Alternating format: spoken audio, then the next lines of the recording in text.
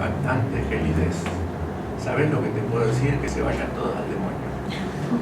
En realidad la verdadera traducción es que se vayan todos a la mierda. De cualquier manera después le duró poco esto, porque en realidad la Sociedad Psicoanalítica de Viena era muy poderosa y le cortó la afluencia de pacientes.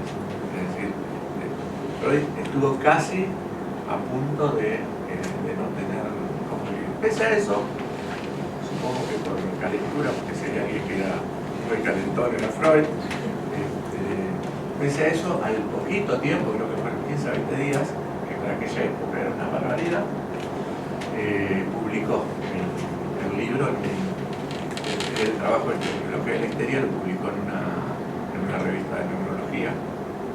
Pero bueno, lo concreto es que esta es la primera controversia, la de Freud consigo mismo, que se resuelve en la práctica, porque si usted lee los casos clínicos de Freud, en realidad Freud sigue sosteniendo el hecho traumático, cosa que es muy difícil de, vamos a decirlo mal, muy difícil de no sostener. Yo pido porque no fallido ahorita que estoy. Es muy difícil, pero porque en realidad cuando uno está en función clínica es bastante evidente cuando estamos trabajando con un hecho que tiene que ver con derivaciones fantasiadas del proceso edípico y cuando en realidad estamos hablando de consecuencias traumáticas severas de una situación infantil. La diferencia creo que no es necesario explicarlo demasiado. Igual después vamos a ver algo de la sintomatología de los pacientes adultos, de las secuelas. Lo que pasa es que lo que yo pretendo, espero que sea la idea de todos, que no se convierta en una especie de SM4, podemos decir, bueno, a los adultos les pasa esto, sino que podamos ver una cuestión que es fundamental en el tema del uso sexual infantil, que es que las secuelas en los adultos tienen que ver con cómo se va diseñando esa subjetividad en la niñez. Pareciera que no estamos diciendo más que una verdad de perogrullo, algo que nosotros siempre decimos del psicoanálisis. Pero cuando uno lo piensa desde las secuelas del abuso sexual infantil, es como si algo se iluminara, porque uno dice, entonces que el sujeto tenga esta forma de reaccionar ante tal situación tiene que ver con esta situación que vivió. Es como si se aclarara, como si vamos a decir una palabra que a los psicoanalistas no nos gusta mucho, pero no hemos contado tanto, como si se comprendiera de pronto cuál es el sendero que ha recorrido el trauma para instalarse como una secuela en una subjetividad adulta. Cuando yo decía que teníamos que tener en cuenta que Freud había trabajado con adultos, es porque entonces sí nos ponemos a trabajar algunas cuestiones clínicas que Freud planteó en su trabajo, sobre todo con la histeria, y vamos a encontrarnos efectivamente cuáles son las secuelas, ¿no? Y en relación a lo que decíamos antes, de hecho traumático, y yo les pido que ustedes intervengan todas las veces que tengan que intervenir, por favor. Cuando también todos, cuando hablamos de las secuelas y cuando hablamos del hecho traumático o de la fantasía de la famosa escena de la seducción, ¿sí? Ahí me parece una cuestión importante. Es necesario entender que no es lo mismo el relato de un adulto que puede estar efectivamente confundiendo, en el avatar de un proceso analítico me refiero, ¿no? Que puede estar confundiendo lo que son las fantasías edípicas con lo que es un relato de un niño que está trayendo en ese momento cuáles son las situaciones por las que ha pasado. Son como dos situaciones altamente diferenciadas y además en esto sobre todo se ha trabajado con pericia, hemos trabajado en algún momento con pericia, podemos ver cómo rápidamente se puede diferenciar cuando se trata de una fantasía a cuando se trata de los efectos devastadores de un hecho traumático. Porque además la fantasía da cuerda para seguir produciendo. En cambio, el hecho traumático produce una cuestión de devastación psíquica absoluta. Yo creo que si hay algo que radiografía esto es cuando Irene Tevi dice que es un disparo en la psiquis, que el abuso sexual hacia un niño es un disparo en la psiquis. Por ahí cuando se piensa en el relato se cree que uno va a poder escuchar a un niño hablar de eso, ¿no? Pero cuando hablas de la secuela, ¿no? Que son efectos positivos, a veces tiene que ver solamente con el relato, ¿no? Digo, sí. ¿no? Porque por ahí se puede pensar que un paciente adulto puede relatar en relación a un análisis, ser parte del texto de lo que trae, algo de esto, pero en un niño sabemos que no implica solamente la cuestión del relato, la cuestión del descriptivo para no creer que tenga que ver solamente con escuchar lo que tiene para decir el niño que viene como a contar su escena, sino esto de los efectos. Muy buena acotación, porque a veces uno da por sentado que cuando habla de relato estamos hablando de algo que tiene un comienzo, un desarrollo, un centro y un cierre, y en realidad cuando hablamos de relato, en realidad tendríamos que hablar de las distintas producciones, ¿no? que el niño puede generar en un proceso pericial o en un proceso terapéutico. Además, fundamental diferenciar esto cuando estamos en posición pericial y cuando estamos en posición terapéutica, porque no necesariamente tienen que ver una cosa con la otra. La pericia tiene la función específica de buscar datos, entre comillas, objetivos que sirvan para que el derecho positivo pueda de alguna manera actuar sobre el daño que ha sufrido ese niño. Mientras que el proceso terapéutico implica un recorrido que apunta justamente a otra cosa, que apunta fundamentalmente a la reversión del daño que se ha sufrido y a permitir que afloren al principio de manera lo más anárquica posible, diría yo, todas las asociaciones, producciones, dibujos, juegos, palabras, síntomas, signos, etcétera, lo que puede que puedan dar alguna idea de lo que ese niño está padeciendo. Pero nuestro objetivo en ese caso es muy otro que el de juntar información para entregarla a un juez. Esto es importante tenerlo en cuenta porque incluso algunos de nosotros, por ejemplo Cristina, Joana, yo, a veces hemos hecho el mismo trabajo con el mismo paciente, quiero decir, hemos estado en función pericial y hemos estado en función terapéutica. Es un trabajo difícil, yo no siempre lo aconsejo, después dirán ustedes cuál es la experiencia de ustedes, yo no siempre lo aconsejo porque implica un esfuerzo muy grande, a veces implica también la cuestión de que nuestro trabajo pueda ser refutado, entre otras cosas, por eso, por una falta de objetividad para periciar, ¿no? Pero además creo que es bueno tener las dos funciones separadas. Ocurre que a veces es difícil o imposible porque hemos logrado construir un vínculo de confianza con un niño o con una niña y que sería realmente difícil esperar en el corto tiempo que da lo pericial que se pueda establecer de nuevo una situación de esa naturaleza. Pero no sé cómo llegué ahí, pero...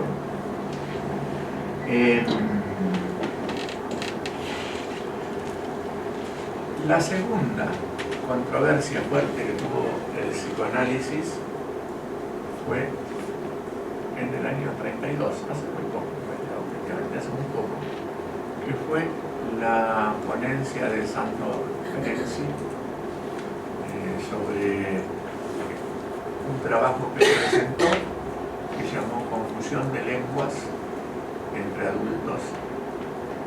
los adultos y el niño. En realidad esto tiene una historia de doble desafío. Cuando lo invitan a Ferenczi al cumpleaños 65 de Freud esos cumpleaños los festejaba haciendo un congreso. Lo invitan al cumpleaños 65 y Ferenczi presenta un trabajo donde habla de los prejuicios que le causó no al psicoanálisis sino a los pacientes que el psicoanálisis haya abandonado la teoría traumática.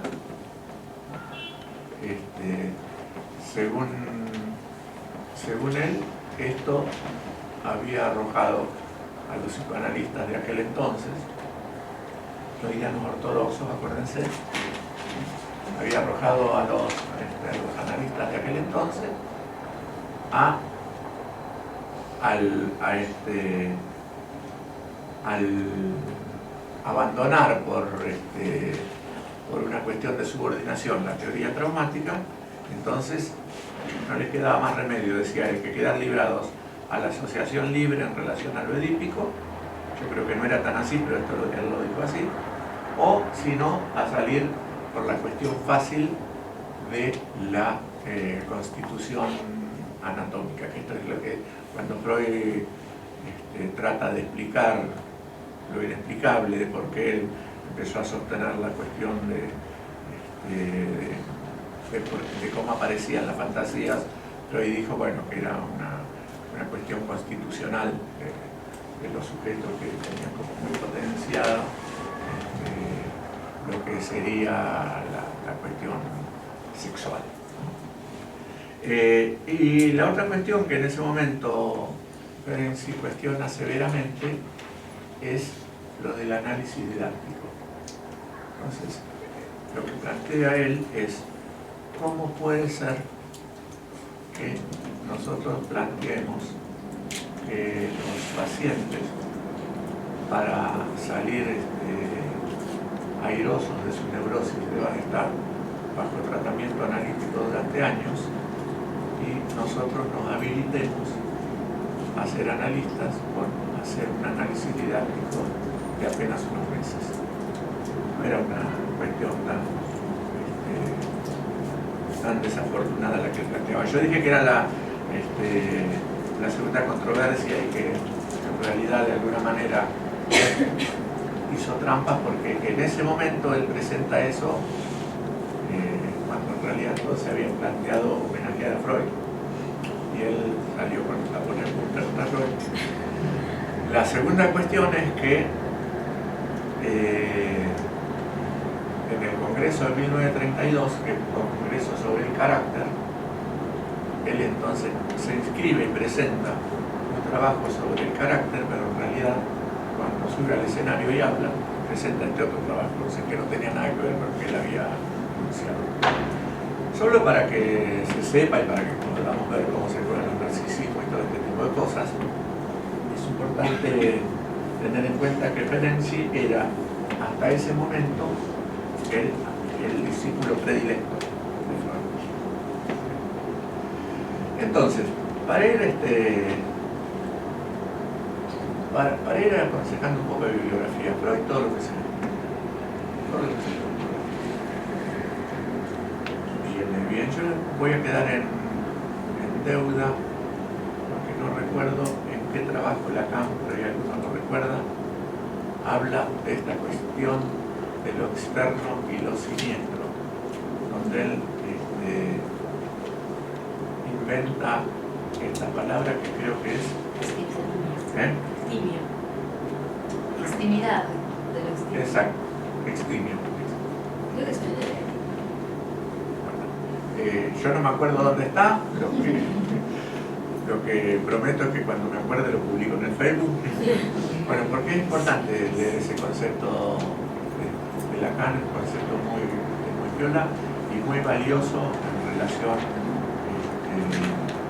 a la clínica, porque es donde trae, por ahí a mucha gente le sorprende, pero en realidad no sorprende. Lacan trabajaba mucho con la cuestión de la realidad, si queremos llamarlo así. Y en ese concepto une lo íntimo con la cuestión de lo siniestro, que digamos, por lo menos como yo lo concibo, lo siniestro es de alguna manera el retorno de afuera de lo moderno. Pueden corregir, pero son conceptos que hacen mucho a la cuestión de la comprensión del abuso sexual infantil y de otros tipos de problemáticas también. Cuando decía lo de Lacan, porque a veces se lo acusa a Lacan de trabajar muy encerrado en 4 paredes del consultorio sin tener en cuenta lo que ocurre a 5 metros de la puerta.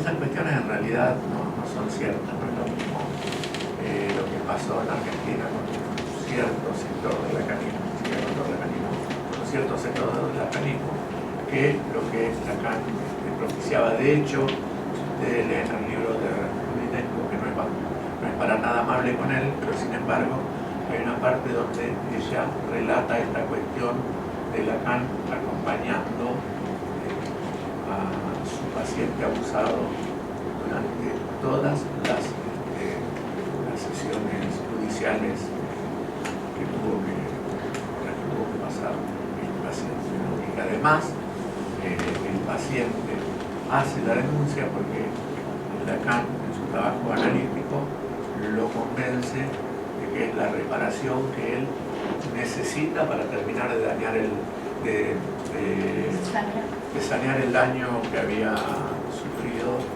al haber sido abusado por él. Entonces, esto por un lado, después hay otra anécdota de Lacan, cuando su paciente se va a la marcha del 68, las marchas en las plazas francesas, y Lacan le dice, por favor, no deje llamarme para contarme cómo fueron las cosas. Es que había una cuestión de la época. Bueno, una autora que yo me olvidé, no casualmente, de mandarles el trabajo para que se lo mandemos, así que después te lo mando, creo que lo tenemos igual. Una autora interesante para leer el tema de las secuelas en los adultos es Claudia Rubins. Claudia Rubins es, además de una gran amiga, es una psiquiatra de Río Gallegos, de perfil muy bajo, pero que ha escrito 2 o 3 trabajos interesantísimos sobre secuelas en los adultos, basadas en una investigación personal que hizo durante 20 años y que la dividió de la siguiente manera. Hizo primero 10 años de investigación, paró, sacó conclusiones, las publicó, esperó que todos a los que lo habíamos leído le mandáramos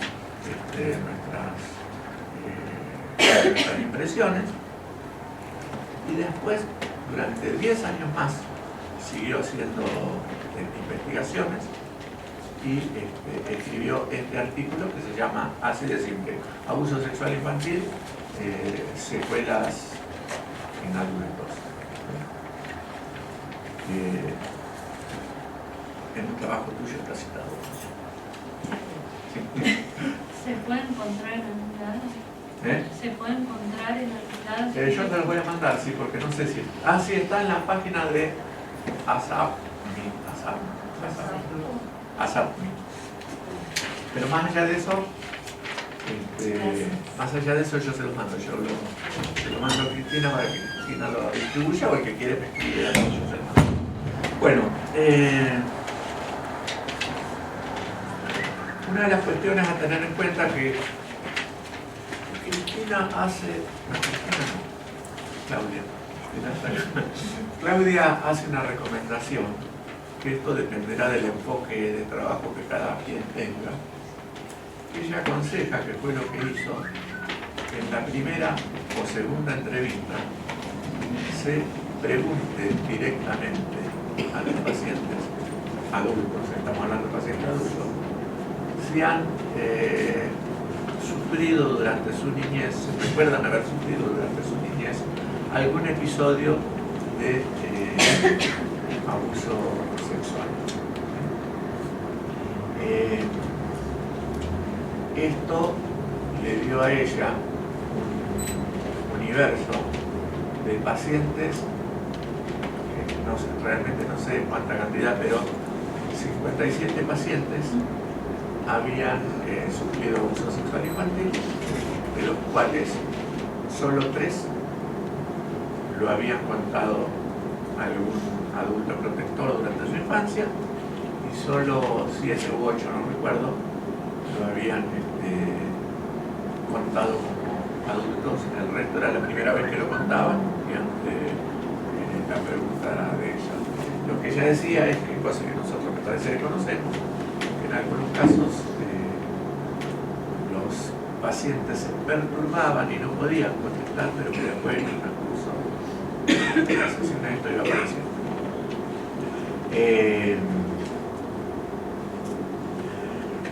Una de las cuestiones que ella señala como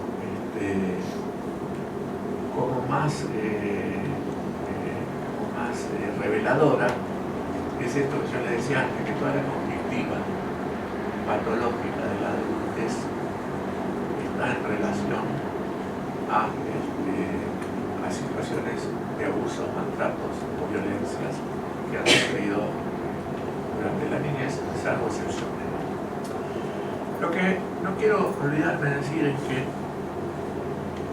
cuando Freud todavía no había puesto en duda la teoría traumática, sostenía, esto está en uno de los artículos psicoanalíticos, no recuerdo cuál, pero sostenía que detrás de cada fantasía sexual de un adulto había una escena real traumática de abuso sexual.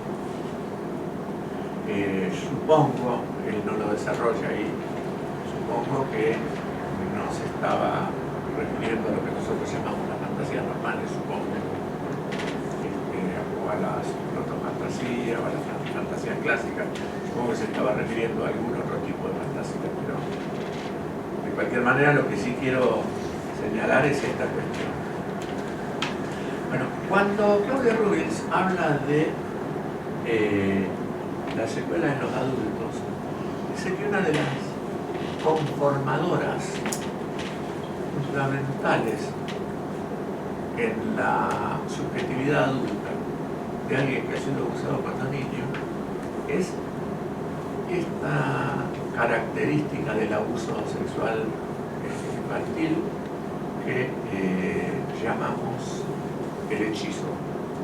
Esto que lo trae Perrone, creo que lo describe. El hechizo es esta situación que se da prácticamente en todas las situaciones de abuso sexual infantil y que con ciertas modificaciones podemos ver en situaciones de violencia contra la mujer, que son estos momentos donde la víctima se queda como parada, como paralizada, que es lo que produce la queja reaccionaria cuando dice, pero ¿cómo se siguió quedando? ¿Qué pasó? Que no, en realidad hay toda una construcción para que se siga quedando, tanto quien está siendo abusado como quien está siendo maltratado. Y pareciera que el combustible principal de esta dificultad para separarse tiene que ver con el hechizo. El hechizo es, surge en general como una situación generalmente inadvertida por parte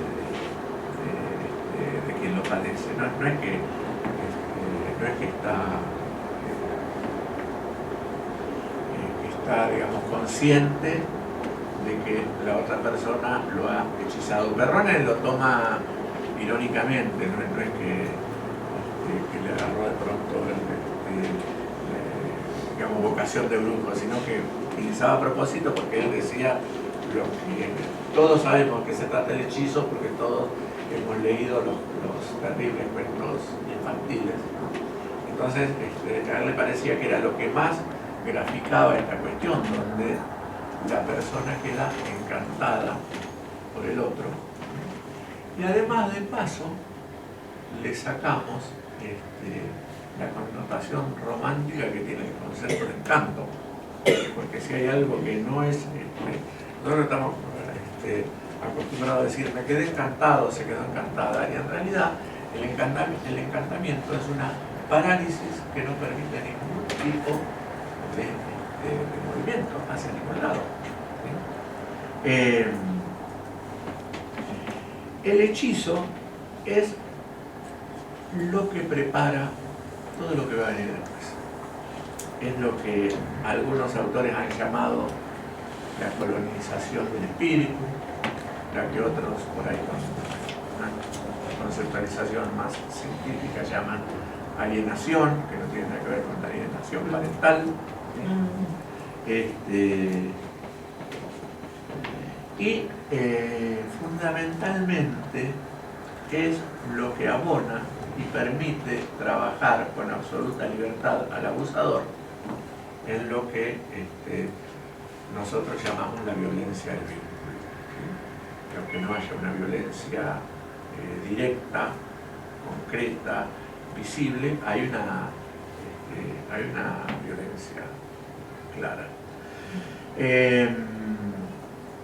Cuando hablamos de estas cosas, las señalamos porque además esta etapa es lo que a posteriori, junto con otras cuestiones, genera los sentimientos de vergüenza, de humillación y de culpa que son tan característicos en el adulto que ha padecido abuso sexual infantil. Yo quiero hacer un paréntesis en esto. Leía en el artículo de Claudia Rubens y lo leí el otro día, que Eva Giverdi lo plantea en el nuevo libro, este cuestionamiento a hablar de abuso sexual infantil. Dice que hay que hablar fundamentalmente de abuso sexual contra niñas, niños y adolescentes. Por un lado es correcto, por otro lado creo que bueno, que el concepto que está muy consensuado va a ser muy difícil corrernos de ahí. Está bueno pensar un poco más. Lo que Eva le agrega es que ese término termina de alguna manera invisibilizando al adulto, que es quien abusa de lo que es más o menos lo mismo que se plantea con el tema de violencia de género o violencia contra la mujer, que si uno dice violencia de género, en realidad, por más que la violencia contra la mujer sea hegemónica, está silenciando la cuestión de que estamos hablando en general de violencia concreta contra la mujer. Bueno, son estas cuestiones idiomáticas que efectivamente no son inocentes, ¿no? Pero yo digo, por un lado estoy de acuerdo, pero por otro lado cuesta, es una transición que cuesta y uno va a estar todo el tiempo yendo y viniendo en la terminología, de la misma manera que nos cuesta tanto abandonar el idioma sexista porque no hemos encontrado formas de facilitarlo, por lo menos cuando lo hablamos, cuando lo escribimos, el arroba o la X puede dar cuestión de que estamos hablando, mientras que lo hablado a veces, sobre todo si uno tiene tiempos acotados, cada vez que tiene que hablar, tiene que decir niñas, niños, adolescentes, hombres y mujeres, se hace complejo. Pero esto